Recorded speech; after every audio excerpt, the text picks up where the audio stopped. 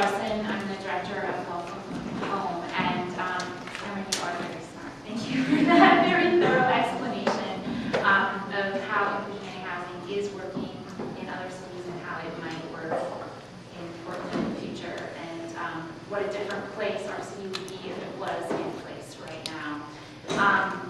At Welcome Home, we are building a coalition and we're building a movement for policies and strategies to categorically change how housing works in our city and in our region. We believe that housing is a human right, and we also believe that we can make it so, that we can make it true that everyone has the opportunity to access a home and have a safe and affordable home that they can count on. 40 years ago, our area leaders saw the writing of urban sprawl on the wall and advocated and coordinated and mobilized to create some really cutting-edge policies that forever changed the way Oregon would work and look, and really put us on the map as a progressive, forward-thinking state with our urban growth boundaries. We have protected our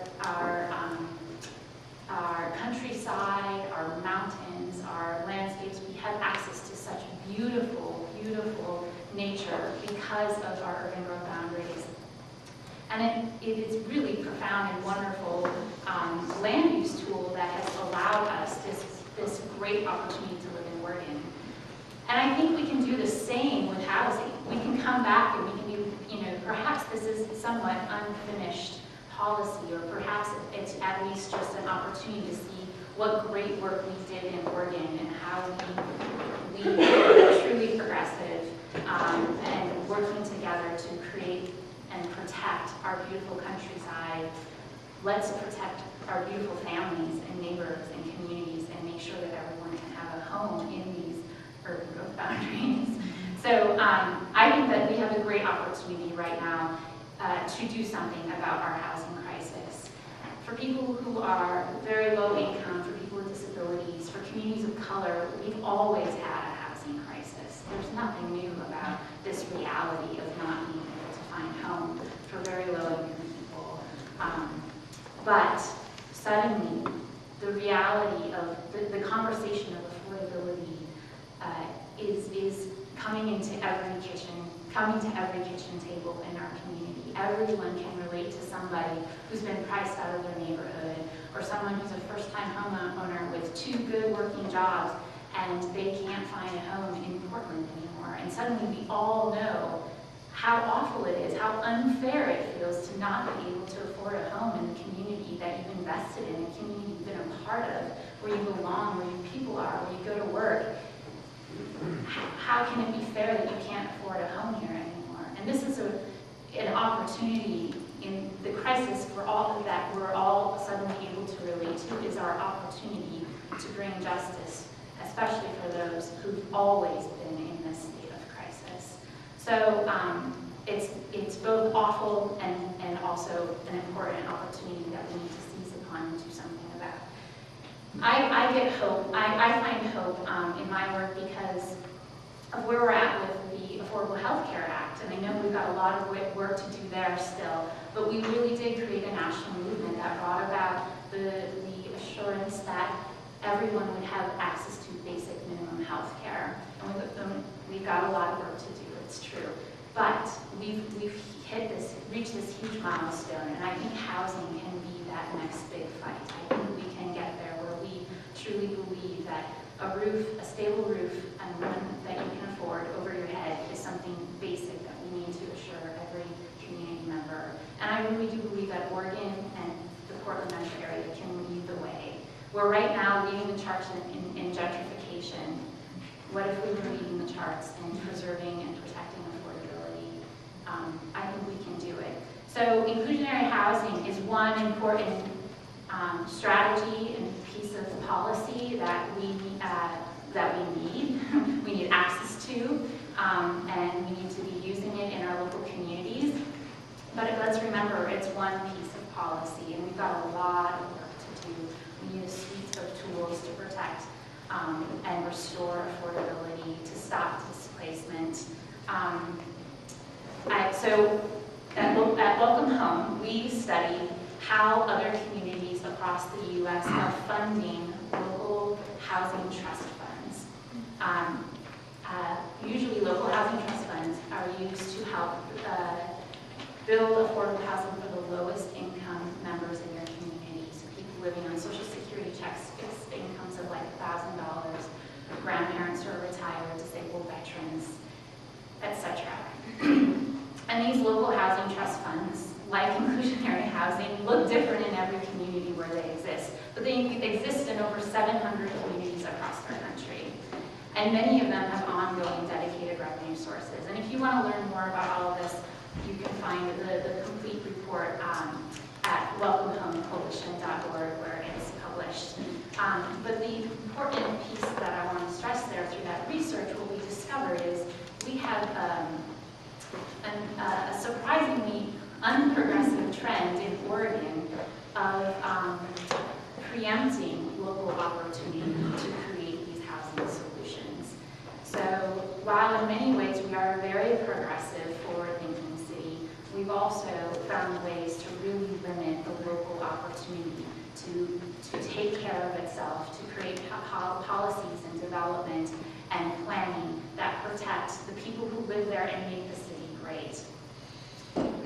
So an example is our ban on inclusionary housing. You heard already that a ban on rent control is also in place. We have a ban on real estate transfer taxes, which are a common way of collecting revenue and disincentivizing the flipping of properties, because you pay every time you sell the property. Similarly, speculation taxes, another commonly used mechanism for funding affordable housing. We're working on a local housing trust fund in Philly right now with a speculation tax. We can't use these things. And so a really important piece of this movement with inclusionary housing is that we're saying enough. We need local control. We need local options to meet our housing needs. We want the state government to give that opportunity for us to come together and find the policies that work right for us. So that's one key reason why this piece of legislation, House Bill 2564, is so important, because it's our opportunity to try to tie back towards making housing a priority and giving communities the tools they need to figure out what works best for them. So, yes, where do we go from here? We've got a lot of work to do. And what I say wherever I go is the most important thing you can do is talk about housing. Everywhere you go, talk about housing affordability. It's on the tips of everybody's tongues already. Everyone wants to talk about it. And when we talk about ending homelessness, which I know inclusionary housing is not meant to do, but really, when we talk about housing as a human right, what we're talking about is a lack of opportunity to homes people can afford, and people who are experiencing homelessness it's simply a lack of housing that they can afford. And so we know how to address these problems before us. We know how to end homelessness. We just don't have the funding to build the affordable housing we need, and we also don't have the policies to protect people and to keep housing affordable in our communities, or to protect people from displacement. And so I spent 10 years working in direct service with people who were on the verge of homelessness or currently experiencing homelessness. And as often as we would help people get into housing and get stable and back on their feet and into a rental situation they could afford, new people would be coming in because the market is raging out there, and there is no way to protect people from increasing rents when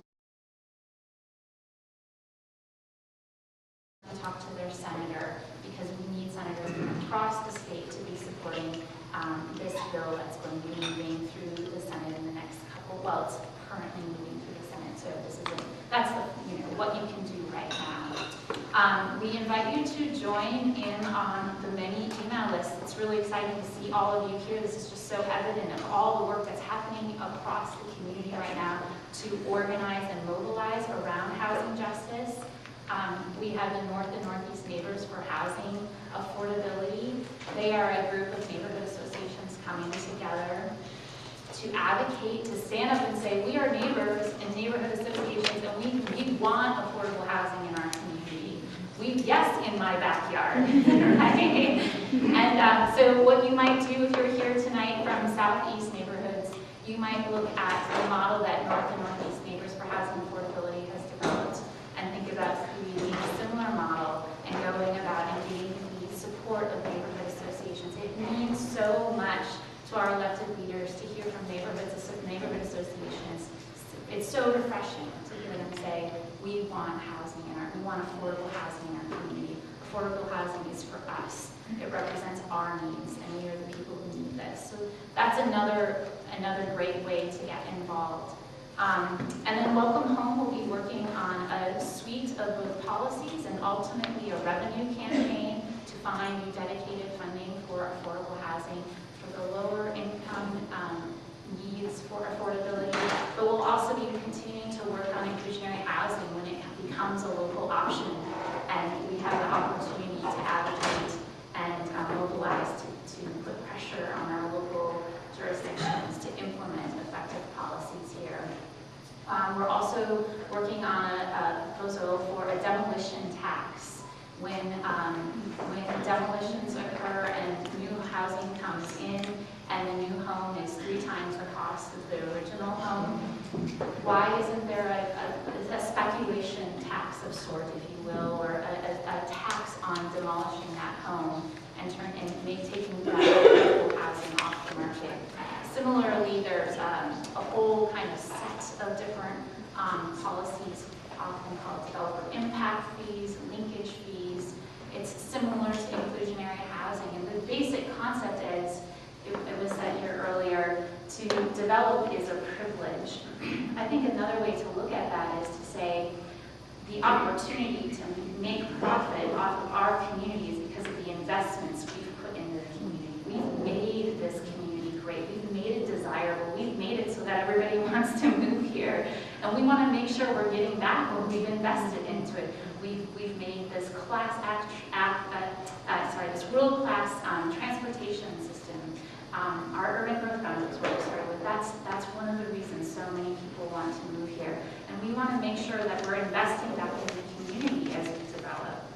So things like developer impact fees, linkage fees, inclusionary housing, ways in which developers contribute back to the community because of their impact on affordability when they develop here.